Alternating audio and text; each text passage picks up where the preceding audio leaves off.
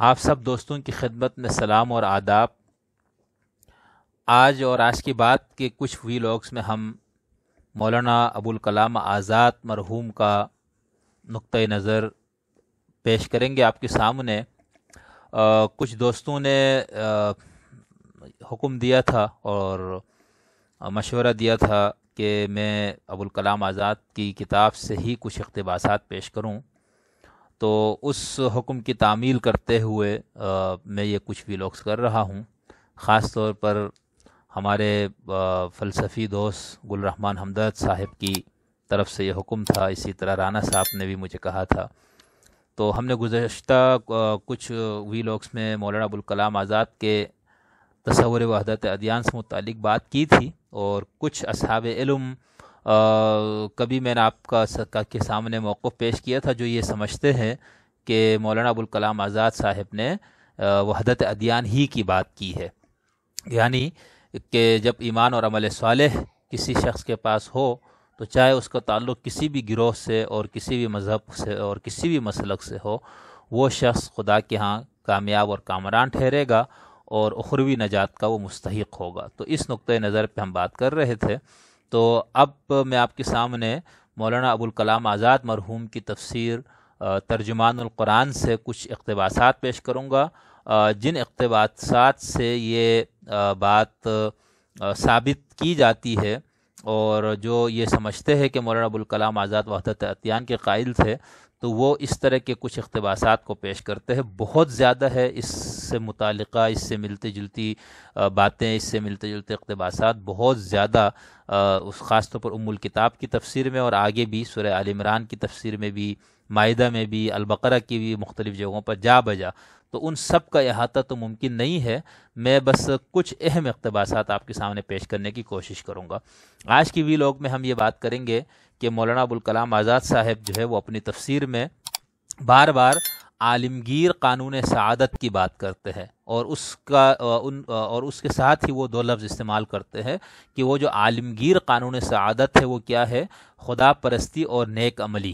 اسی طرح ایک اور بات جو وہ کرتے ہیں کہ دیگر مذاہب والوں سے اسلام کا بنیادی مطالبہ کیا ہے۔ تو اس حوالے سے چند اقتباسات پیش خدمت ہے۔ یہ میرے سامنے تفسیر ترجمان القرآن موجود ہے، اور یہ تقریباً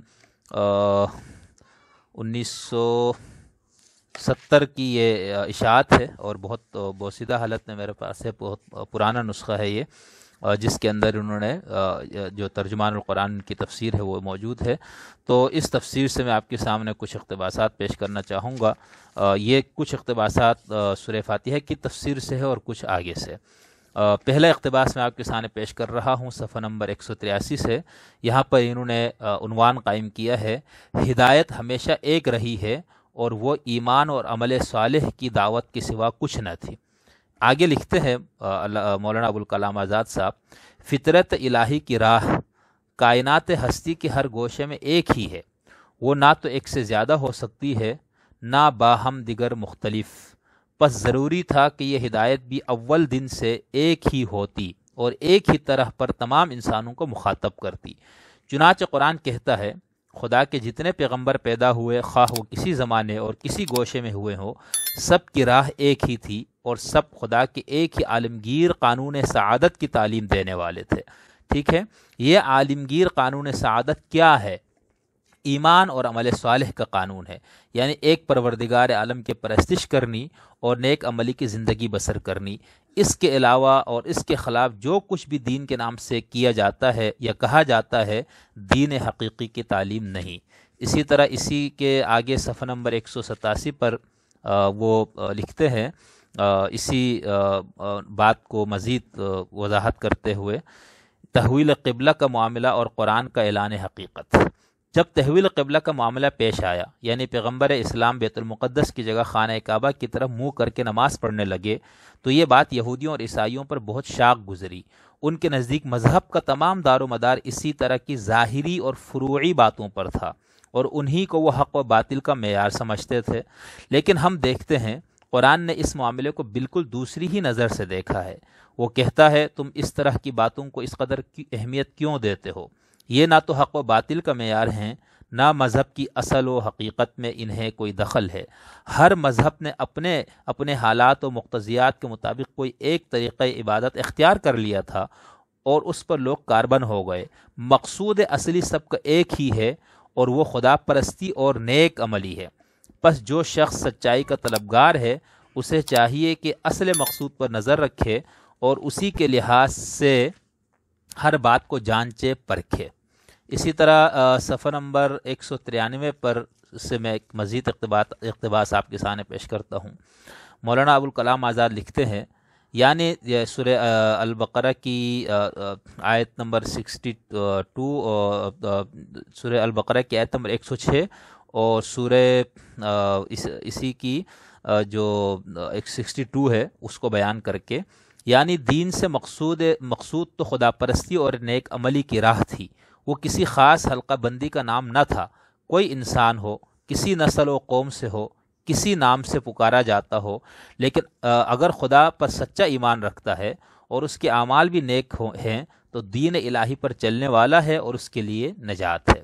صحیح ہے۔ اسی طرح صفحہ نمبر اس کی جو اگلے صفحے پر مولانا ابوالکلام آزاد دوبارہ اسی عالمگیر قانون سعادت کی بات کرتے ہوئے لکھتے ہیں کہ سوال یہ ہے کہ جب دین کی راہ ایک ہونے کی جگہ بے شمار جتھوں اور ٹولیوں میں بٹ گئی اور ہر جتھا ایک ہی طریقے پر اپنی سچائی کا مدعی ہے اور ایک ہی طریقے پر دوسروں کو جھٹلا رہا ہے، تو اب اس بات کا فیصلہ کیوں کر ہو کہ فی الحقیقت سچائی ہے کہاں؟ قرآن کہتا ہے سچائی اصلاً سب کے پاس ہے مگر عملاً سب نے کھو دی ہے، یعنی تھا نہیں، سچائی سب کے پاس تھی نہیں بلکہ ابھی بھی ہے، ٹھیک ہے۔ اسی طرح سب کو ایک ہی دن کی تعلیم دی گئی تھی اور سب کے لیے ایک ہی عالمگیر قانون ہدایت تھا، لیکن سب نے اصل حقیقت ضائع کر دی اور الدین پر قائم رہنے کی جگہ الگ الگ گروہ بندیاں کر لیں۔ اب ہر گروہ دوسرے گروہ سے لڑ رہا ہے اور سمجھتا ہے دین کی سعادت و نجات صرف اسی کے ورثے میں آئی ہے، دوسروں کا اس میں کوئی حصہ نہیں۔ اسی طرح اس کے صفحہ نمبر 249 پر مولانا ابوالکلام آزاد صاحب مزید ایک اقتباس آپ کے سامنے پیش خدمت ہے۔ صفحہ نمبر 249 قرآن کہتا ہے خدا کی سچائی سب کے لیے ہے اور سب کو ملی تھی، لیکن سب نے سچائی سے انحراف کیا۔ سب اصل کے اعتبار سے سچے ہیں اور سب عمل کے اعتبار سے جھوٹے۔ میں چاہتا ہوں اسی مشترک اور عالمگیر سچائی پر سب کو جمع کر دوں اور مذہبی نزاع کا خاتمہ ہو جائے۔ یہ مشترک اور عالمگیر سچائی کیا ہے؟ خدا پرستی اور نیک عملی کا قانون ہے۔ یہی قانون خدا کا ٹھہرایا ہوا دین ہے اور اسی کو میں الاسلام کے نام سے پکارتا ہوں، ٹھیک ہے۔ یہاں پر بھی انہوں نے اسی عالمگیر قانون سعادت کی بات کی ہے جو انہوں نے باقی جگہوں پر کی۔ صفحہ نمبر 278 پر ابوالکلام آزاد صاحب لکھتے ہیں، گور بارہ گون نایا مامو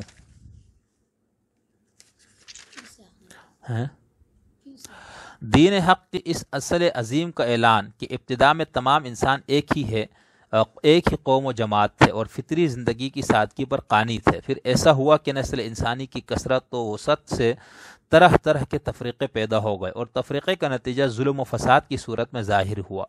تب وہی الہی نمودار ہوئی اور یکے بعد دیگر خدا کے رسول مبعوث ہوتے رہے۔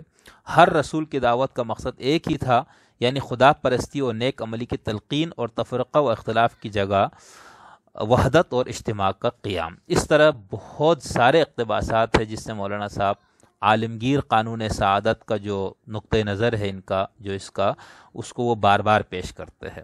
اب ہم اس طرح کے اقتباسات سے لوگوں نے یہ اخذ کیا کہ مولانا صاحب نے عالمگیر قانون سعادت کا جو دائرہ ہے اس کو بہت وسیع رکھا ہے اور اس دائرے میں انہوں نے دنیا کے تمام مذاہب کو شامل کر لیا ہے۔